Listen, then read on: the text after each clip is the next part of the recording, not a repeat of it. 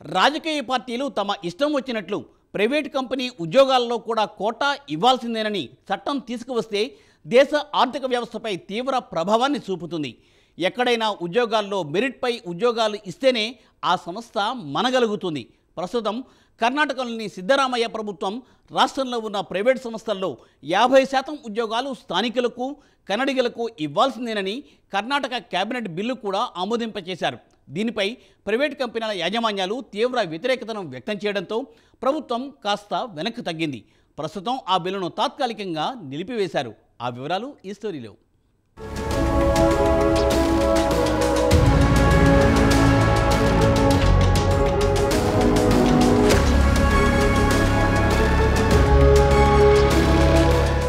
రాజకీయ పార్టీలు ప్రైవేట్ కంపెనీలపై తమ పెత్తనం చెలాయించాలనుకుంటున్నాయి. ప్రైవేట్ కంపెనీలు స్థానికులకు ఉద్యోగాలు ఇవ్వాల్సిందేనని చట్టాలను తీసుకువచ్చి కంపెనీలపై రుద్దుతున్నాయి.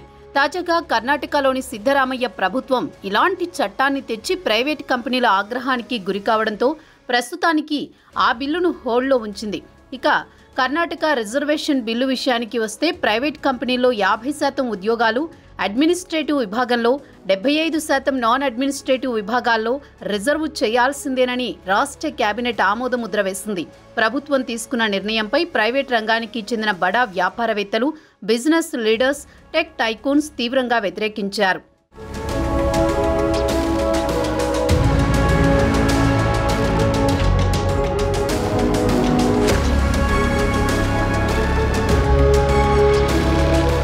కర్ణాటక ముఖ్యమంత్రి సిద్ధరామయ్య ఇండస్ట్రీ లీడర్స్ కు భరోసా ఇస్తూ ఆందోళన చెందాల్సిన అవసరం లేదని, వచ్చే కేబినెట్ సమావేశంలో దీనిపై సమగ్రంగా చర్చించి తుది నిర్ణయం తీసుకుంటామని, అప్పటి వరకు రిజర్వేషన్ను అమలు చేయమని హామీ ఇచ్చారు.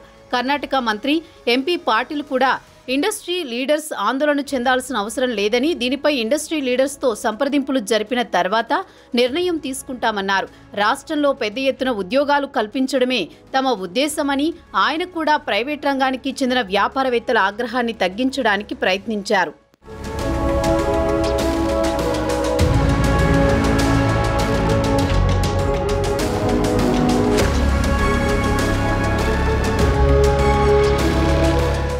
అయితే కర్ణాటక కేబినెట్ ప్రైవేట్ కంపెనీలు, పరిశ్రమలు, ఐటీ కంపెనీలు 100% రిజర్వేషన్లు కన్నడిగులకు లేదా స్థానికులకు ఇవ్వాల్సిందేనని రాష్ట్ర కేబినెట్ ఆమోదముద్ర వేసింది.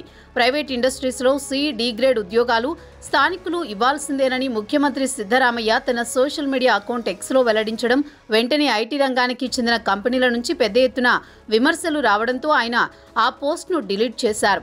ఇండియాలో ఐటీ రంగానికి హబ్ బెంగళూరు అనే విషయం ప్రత్యేకంగా చెప్పాల్సిన పని లేదు.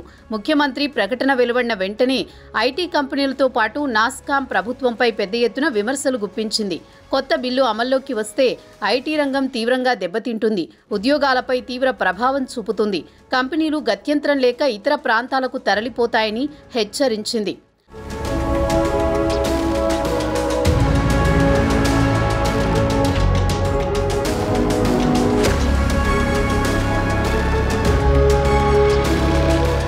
ప్రైవేట్ రిజర్వేషన్ బిల్లు వివాదం బెంగళూరులో పెద్ద ఎత్తున దుమారం చెలరేగుతుండటంతో ఆంధ్రప్రదేశ్ మంత్రి నారా లోకేష్ దీన్ని తమకు అనుకూలంగా మలుచుకోవడానికి ప్రయత్నించారు.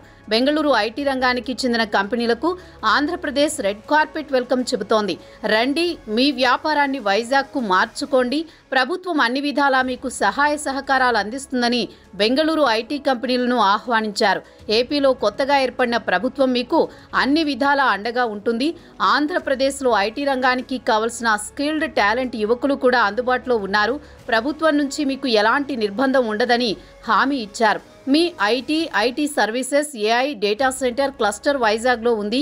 అన్ని సదుపాయాలు కల్పిస్తాం, నిరంతరం విద్యుత్ అందిస్తాం. ఐటీ రంగానికి కావలసిన అన్ని మౌలిక వస్తువులు వైజాగ్లో ఉన్నాయి. మిమ్మల్ని సాదరంగా ఆహ్వానిస్తున్నామని ఐటీ రంగానికి చెందిన నాస్కామ్కు విజ్ఞప్తి చేశారు మంగళగిరి ఎమ్మెల్యే నారా లోకేష్.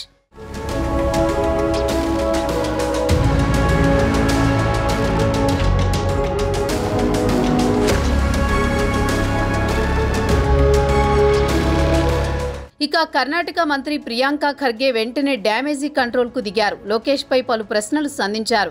ఆంధ్రప్రదేశ్లో కంపెనీలు పెడితే స్థానిక ఆంధ్ర యువకులకు ఉద్యోగాలు అవసరం లేదని ప్రశ్నించారు. కర్ణాటక ఎల్లప్పుడూ ఇండస్ట్రీ లీడర్స్, కార్పొరేట్ కంపెనీలతో, ప్రైవేటు కంపెనీలతో సత్సంబంధాలు కొనసాగిస్తోందని, కంపెనీలకు అనుకూలంగా విధానపరమైన నిర్ణయాలు తీసుకుంటుందన్నారు. ప్రస్తుతం రిజర్వేషన్ బిల్లు కేవలం ముసాయిదా బిల్లు మాత్రమేనని, త్వరలోనే ఇండస్ట్రీ పార్ట్నర్స్తో చర్చలు జరిపి వారి సలహాలు, సూచనలు కూడా తీసుకుంటామని హామీ ఇచ్చారు. తమ ప్రధాన ఉద్దేశం కూడా గ్లోబల్ వర్క్ ఫోర్స్, లోకల్ టాలెంట్ను వినియోగించుకోవాలనేదే అని ఆయన వివరించారు. అలాగే గ్లోబల్ ఇన్వెస్ట్మెంట్ను ఆకర్షించి పెద్ద ఎత్తున ఉద్యోగ అవకాశాలు సృష్టించడమేనని పేర్కొన్నారు. ఐటీ రంగానికి చెందిన నాస్కామ్ను ఉద్దేశించి, ఇది మీ ప్రభుత్వం, మీకు ఎల్లప్పుడూ అండగా ఉంటామని జూనియర్ ఖర్గే నాస్కామ్ను ఒక విధంగా బతిమిలాడినంత పని చేశారు.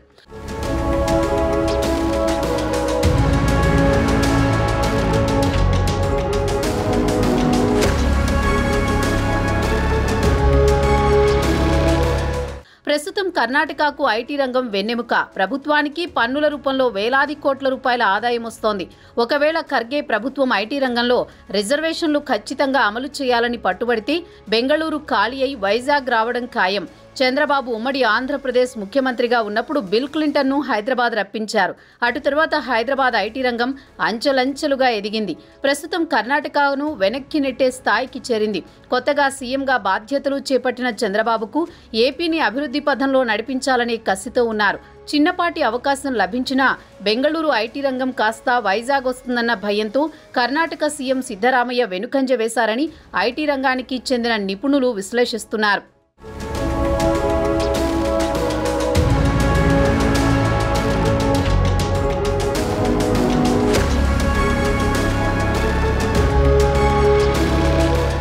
ప్రస్తుతం అన్ని రంగాల్లో పోటీ విపరీతంగా ఉంది. రాజకీయ నాయకులు ఓట్ల కోసం కోటా వ్యవస్థను తీసుకువచ్చి నైపుణ్యం కలిగిన స్టూడెంట్స్కు అన్యాయం చేస్తున్నారు. ప్రైవేట్ రంగంలో రిజర్వేషన్లు అనే కొత్త సిద్ధాంతం తీసుకువచ్చి కర్ణాటక ప్రభుత్వం తన వేలుతో తన కన్ను పొడుచుకున్న చందంగా తయారైంది ప్రస్తుత పరిస్థితి.